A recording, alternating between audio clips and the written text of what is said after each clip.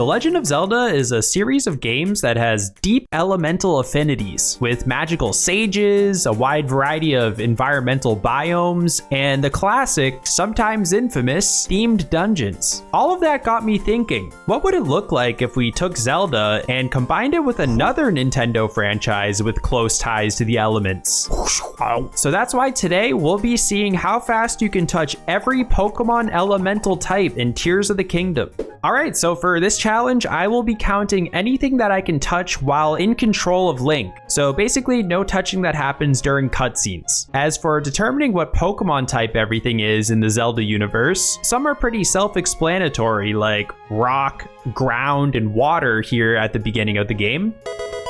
But in general, there's no exact formula for this, so I'll just be using my best judgment. Like, for example, these shadowy wispies on the ground here, I'm gonna count those as touching dark. And actually, we've also got some fire here as well. Just gotta touch this torch real quick. I'm sorry, I'm really just trying to touch this fire here. Now, we could also count touching Zelda as normal type, I suppose, but I think that would be a bit insulting to call the Princess of Hyrule normal. Same thing with the Master Sword and Steel type. We're really only touching the hilt here, and as a resident sword expert, I can assure you that hilts are not usually made of steel. Earlier than 1909. Whatever, I'm gonna wait for something better for that one too. But still, that's 5 types taken care of right away. And a little further into the cave, we can also touch flying by skillfully taking care of these keys. Now again, I'm only counting stuff that Link touches while we're in control of him, so we're gonna ignore any unsupervised touching going on in these cutscenes. But once those are done, and Link is now naked for some reason, we can touch steel for real now by slicing our leg on the blade part of the broken, decayed Master Sword.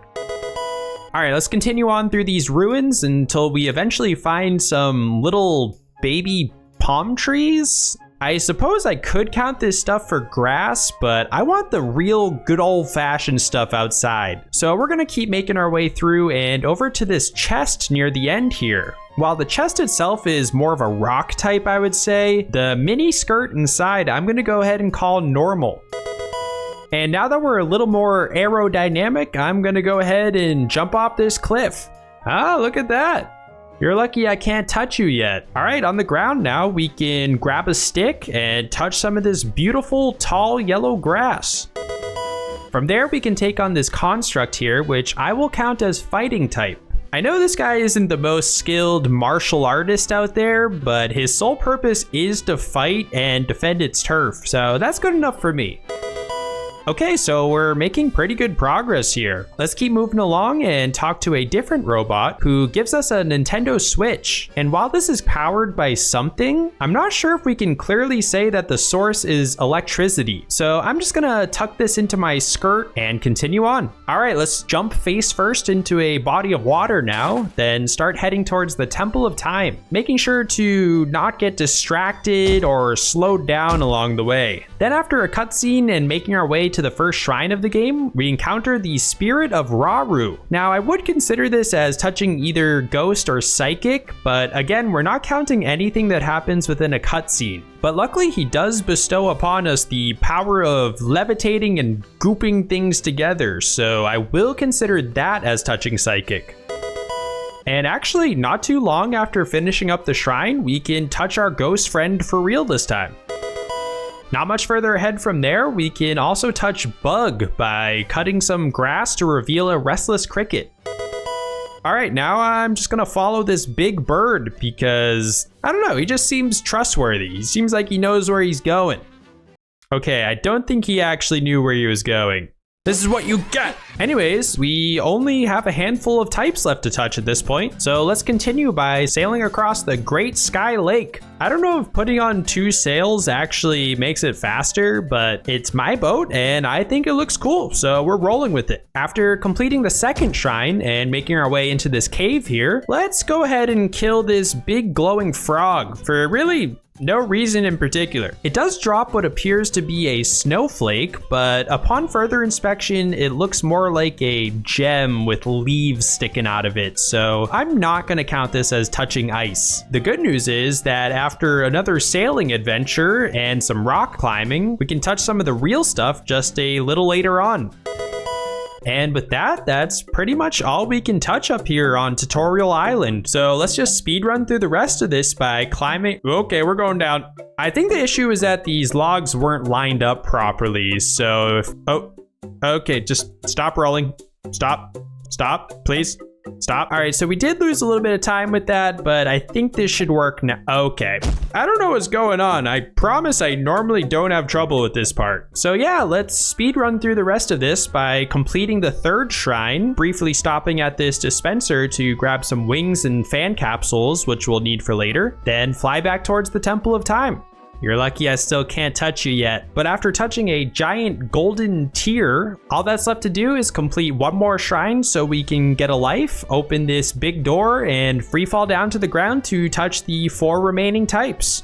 Let's start with poison first. Now, there really isn't any traditional looking poison in this game. You know, the green or purple stinky goopy stuff we think of from Pokemon. But if we just continue following this fox, who definitely won't lead me astray, and head over to this spot here near Lookout Landing, we can find a different kind of goop that also hurts you and saps your strength over time the more you're exposed to it. That's close enough for me, so I'm gonna count touching this Gloom as touching poison.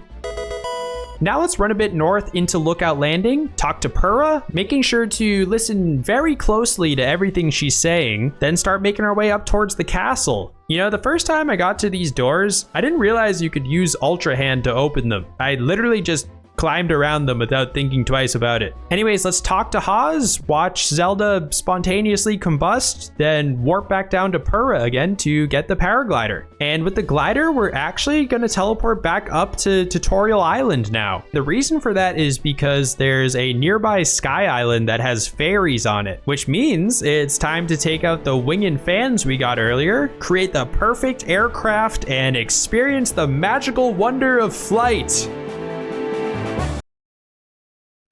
Create the perfect aircraft and experience the magical wonder of flight. Come on, you can do it. Yes, yes, yes, and we're off. Okay, this does not look stable, and I am now climbing my plane. That's usually not a good sign. Wait, what? Was that water? What is going on? Well, that did not go how I envisioned. But luckily, it turns out we can actually just glide over to the island. Yeah. All right, so now the only types we have left are electric and dragon. Man, if only there was some place super close to where I currently am that would allow me to touch these last 2 types. Something that could, I don't know, potentially combine both electric and dragon. If only there was some kind of 3-headed thunder dragon. Wait, is that what I think it is? Wow, what are the odds? All right, thunder dragon, hit me with your best shot. Oh, good thing I got that fairy earlier. And to answer the question that absolutely nobody asked, it takes 1 hour, 28 minutes, and 30 seconds to touch every Pokemon type in Tears of the Kingdom. One of my goals this year is to hit 100,000 subscribers, so if you enjoyed this video, it would mean a lot if you subscribed. And if you'd like to help me continue making these videos more consistently moving forward, there will be links for you to join my Patreon, both on screen and in the description. All right, I'll catch you guys in the next one.